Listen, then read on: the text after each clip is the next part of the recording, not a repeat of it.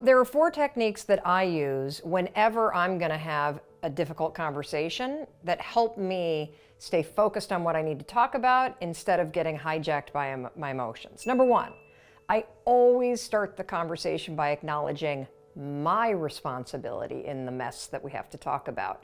Whether it's the fact that I've avoided dealing with this sooner or whether there's something that I've done that's contributed to the situation, I acknowledge it right up front. And one of the reasons why that's so important is because by accepting some responsibility, you're diffusing the other person's emotion, you're also honoring them a little bit, and it sets a much more level playing field for when you get into the difficult things that you need to talk about.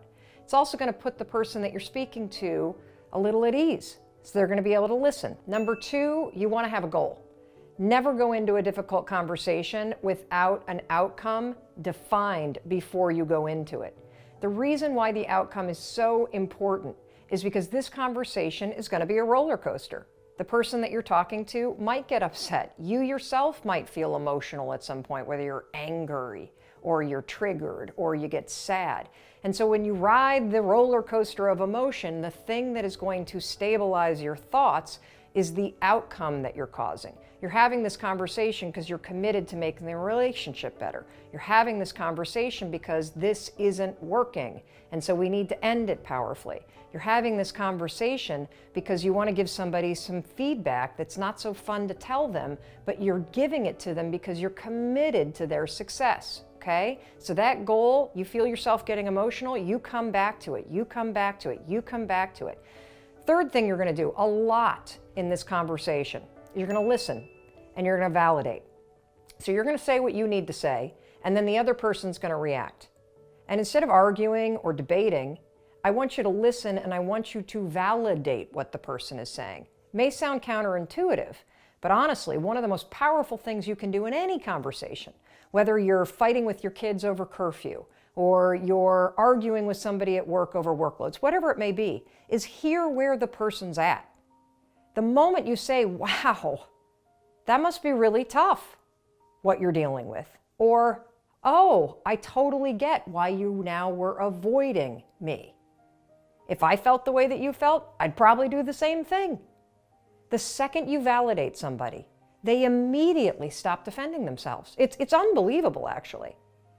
Unbelievable. You got to try it. Validate, validate, validate. It is the most powerful thing. And then once, of course, they feel validated that you've heard them, now they can listen.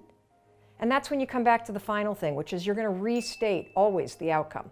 Keep coming back to it. Keep coming back to it. And yeah, it's not going to be fun. It's not going to be easy. You're going to have all kinds of emotions come up because you've been avoiding this conversation. But I'm telling you right now, if you find the confidence and the courage to go and to start this thing, acknowledge your responsibility, have an outcome in mind, validate the other person, validate, validate, validate, and keep talking till you hit that outcome, you're going to be really, really amazed at how much easier these things become. And if you want to make it even easier on yourself, rehearse it with another friend first, somebody that's not involved in the situation. Because again, difficult conversations comes down to one important thing: the ability for you to separate your emotion about doing it from the things you actually need to talk about and the outcome that you want to cause. Hey, it's Mel. Thank you so much for being here. If you enjoyed that video, by God, please subscribe because I don't want you to miss a thing. Thank you so much for being here. We've got so much amazing stuff coming. Thank you so much for sending this stuff to your friends and your family. I love you. We create these videos for you, so make sure you subscribe. Mwah.